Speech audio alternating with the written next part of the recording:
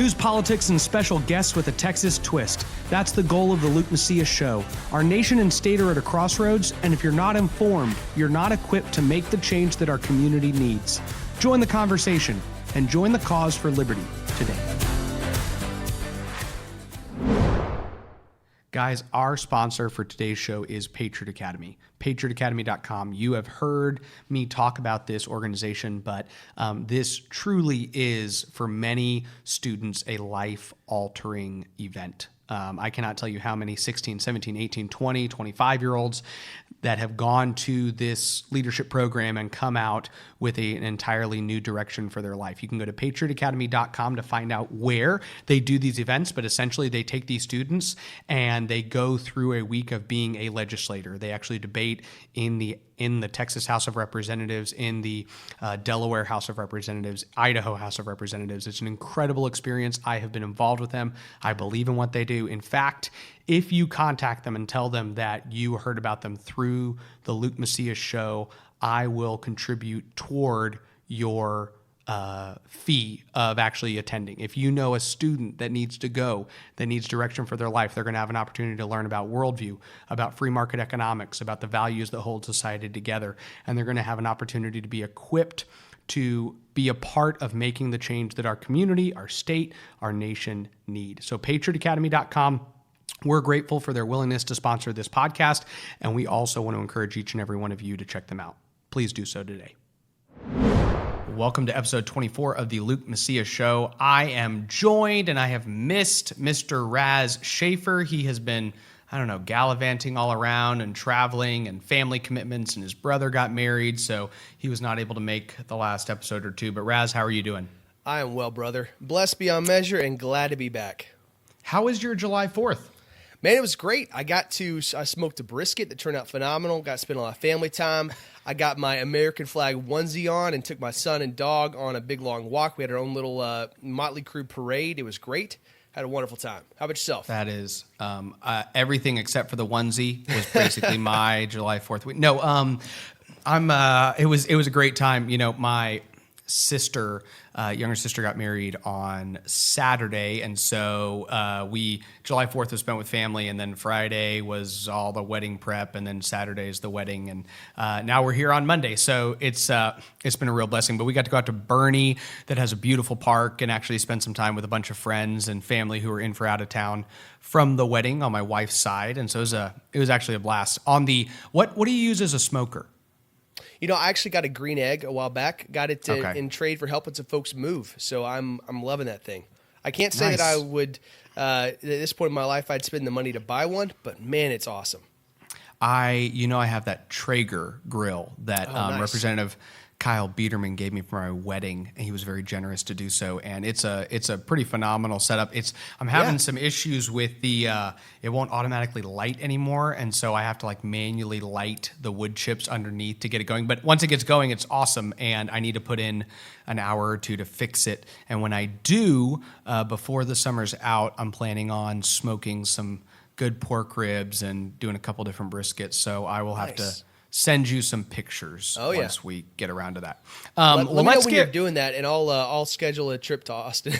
There you go. We'll make it happen. You'll find something you need. So, let's get on to today's quick update. We want to give everyone an update on what's going on, and then next week we have a great conversation we're going to be publishing with Professor Mark Jones with Rice University. He's one of the most respected political science professors in the state, probably the most respected political science professor in the state. And so we're going to be having a conversation with him. I think each and every one of you will enjoy it. Similar to Derek Ryan's, it's a little geeky.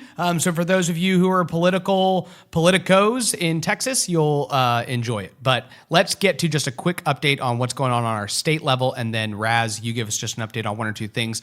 One, I want to talk about anybody who watched the debates from the Democrat presidential debate will, one, be scared of what a future dominated by the Democrat Party would look like for our nation and our state. It should motivate each and every one of us to be further engaged in the fight for liberty in Texas and across the nation. But that being said, I want to recognize one of the strengths that we noticed out of Democrats with this most recent debate, which is that Democrats have a vision. and they have a vision. They are pitching the United States of America. They have a vision that they are pitching the state of Texas. And it came out when Kamala Harris said that I am going to give Congress 100 days to pass a gun control measure. And if they do not, I will enact harsher executive orders on guns than you've ever seen in any presidential administration. It came when they asked every single candidate, which of your government healthcare programs would also cover illegal immigrants? And every single candidate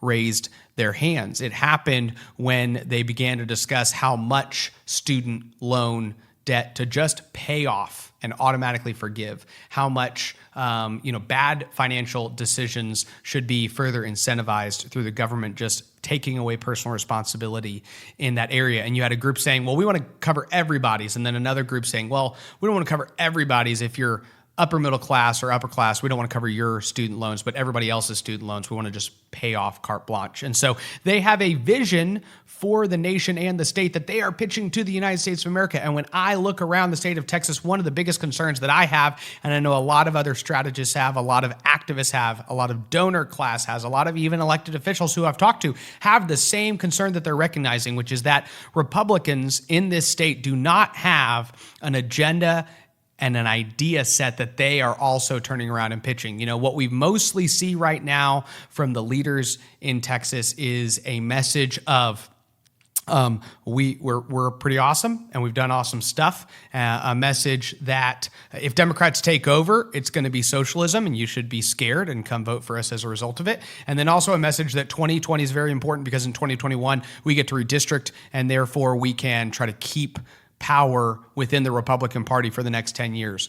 But if you compare that to what the Democrats are pitching, the Democrats have a bold set of ideas that they are trying to convince the state of Texas they should come along with. And I think we also need a set of ideas and principles and a future to pitch as well. You can't simply pitch the past, you have to pitch the future.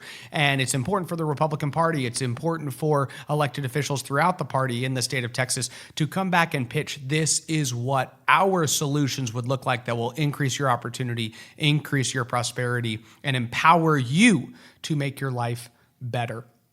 Alan West, for those of you who have been following party politics, recently announced that he is considering a challenge to James Dickey for the Republican Party chair position, which will get voted on next, I guess, in June of 2020 at the Republican State Convention. If you do not know how to attend the Republican State Convention, we will do some episodes encouraging you to do that when we get closer to the Republican primary, but know that you don't need to take action until next March to do so. I would encourage many of you conservatives to try to attend the Republican State Convention. If you've never done it before, go attend your precinct convention, go to your county convention, go to state, and participate in the party process. And at that convention, we will elect the next Republican Party chairman for a 2-year term. So Alan West, former congressman from Florida, is looking at challenging James Dickey. Now, James Dickey is somebody we've had on this podcast. You can go back and listen to our conversation with him.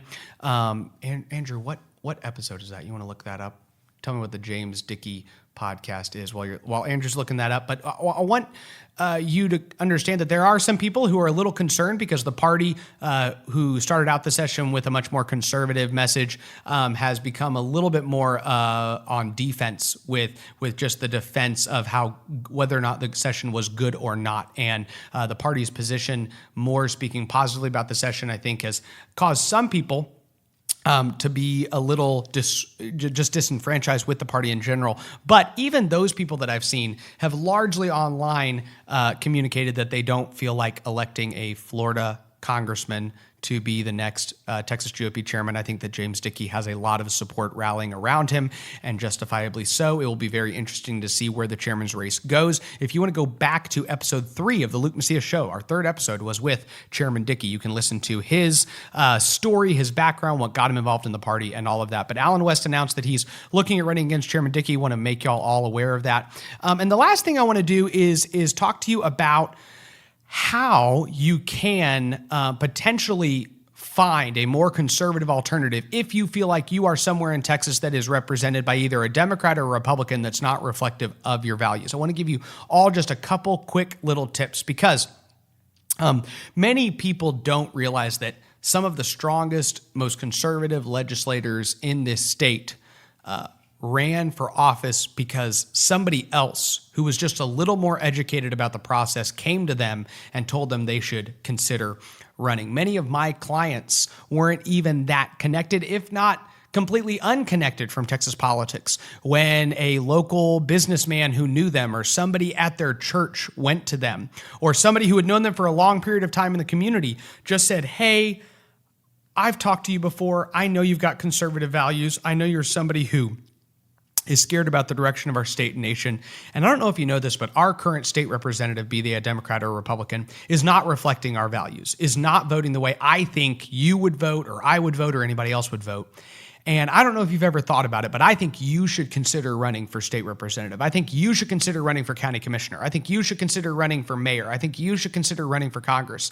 And those conversations have produced dozens of conservative candidates who have run and been successful at running. So many times, many of the activists around the state think that somebody from the other group of informed activists will decide whether or not to run or not for a certain position that needs a conservative voice. But the reality is that many times it's people like you, the ones listening to this podcast, that know somebody else who's never listened to the Luke Macias show, who has no idea how the state house functions, whether it's doing a good job, is largely just running their business or working hard to feed their family, taking their kids to school, engaging in the community, and not informed as to all the things going on. But if they did know that there was a need for leadership in their local community through elected office, they would be much more likely to step up. And you are the one who's going to bring that to their attention. So I want you to sit down and look at your elected officials, look at who's running, look at who's in office. And if you see a need, I want you to sit down and just spend 5, 10, 15 minutes thinking about who in my community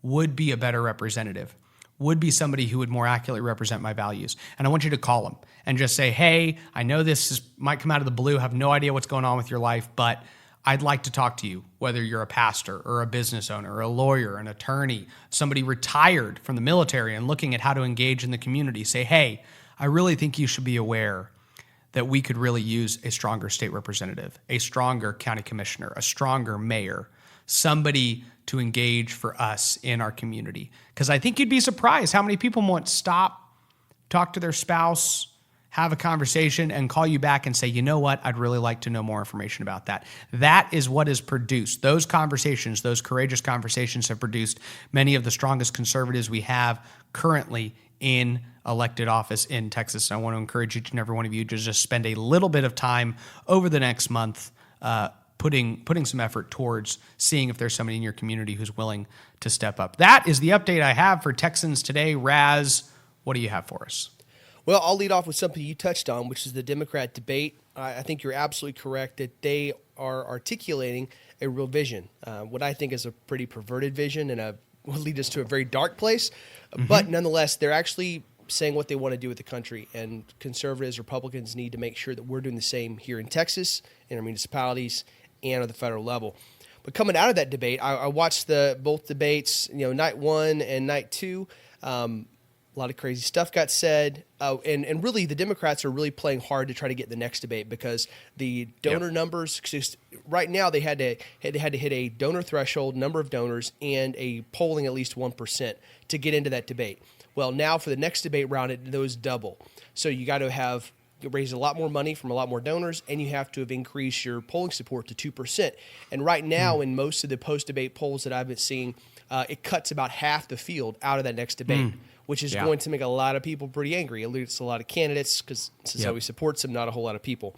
But the main movement that we saw was Biden took a big hit. Some of his comments, specifically Kamala Harris going after him, really tanked him in the CNN poll afterwards. He dropped 10 points from 32 to 22. Harris picked up most of that. She went from 8 to 17%, so she's up 9. Elizabeth Warren was the other big gainer. She went up by 8 points. And Bernie Sanders, he dropped a few to 14%. So that's your top tier right there. Biden at 22, Harris at 17, Warren at 15, and Sanders at 14. You drop 10 points to get down to Mayor Pete, and then there's only a couple other people that hit that 2% threshold. So Harris was the real breakout. She went after Biden in a big way, and Biden just seemed off his game. He really, a lot of Democrats were hoping that he would be a sane voice, that would be somebody that coming off of his time as vice president could really be a unifying figure for the party. And he's just not getting that done in the way that a lot of people thought he would. So it's going to be interesting to see what the month ahead has for the Democratic field. Definitely be watching that with a lot of interest. Mm-hmm. Number two is kind of going back to a conversation that stays front of mind is the crisis at the border, the humanitarian crisis going on down there. As Democrats are obstructing so many of these efforts to get more money to help deal with the situation down there and take better care of people that are being detained, as well as provide more facilities, they're completely obstructing everything that the president and Republicans are trying to do there.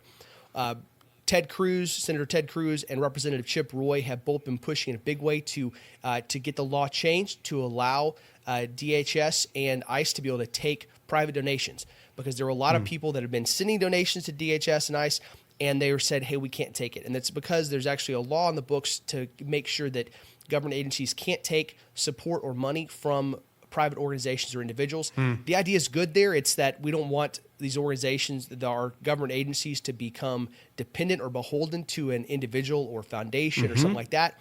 But what Chip Roy and Ted Cruz are saying is that there's a real difference between somebody cutting you a foundation, cutting you a big check, or some billionaire, and people providing toothbrushes, toilet paper, diapers, those kind of things for people that need help when the government's not willing to fund that.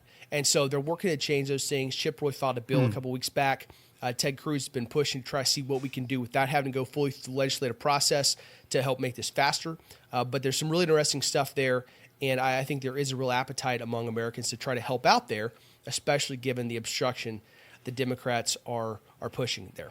Those are the two big updates I got for you guys.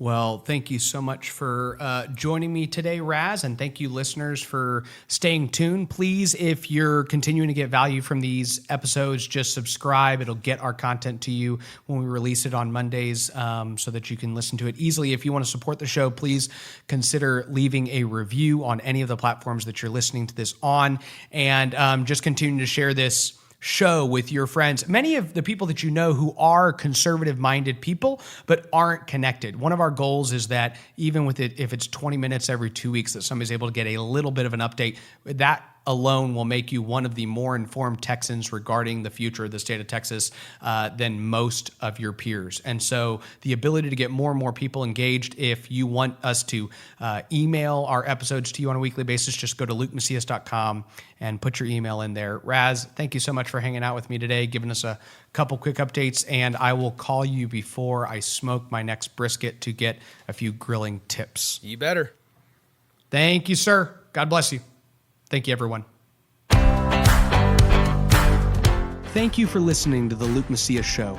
If you value this content and want our message to spread, please consider 3 of the following steps. 1, subscribe to the podcast on whatever platform you're listening to us on and leave us a review. 2, visit lukemacias.com and sign up for our email alerts. And 3, follow Raz and I on Twitter and visit my Facebook page at facebook.com/Luke Macias Texas. Again, that's facebook.com/Luke Macias Texas. Thank you so much, and God bless.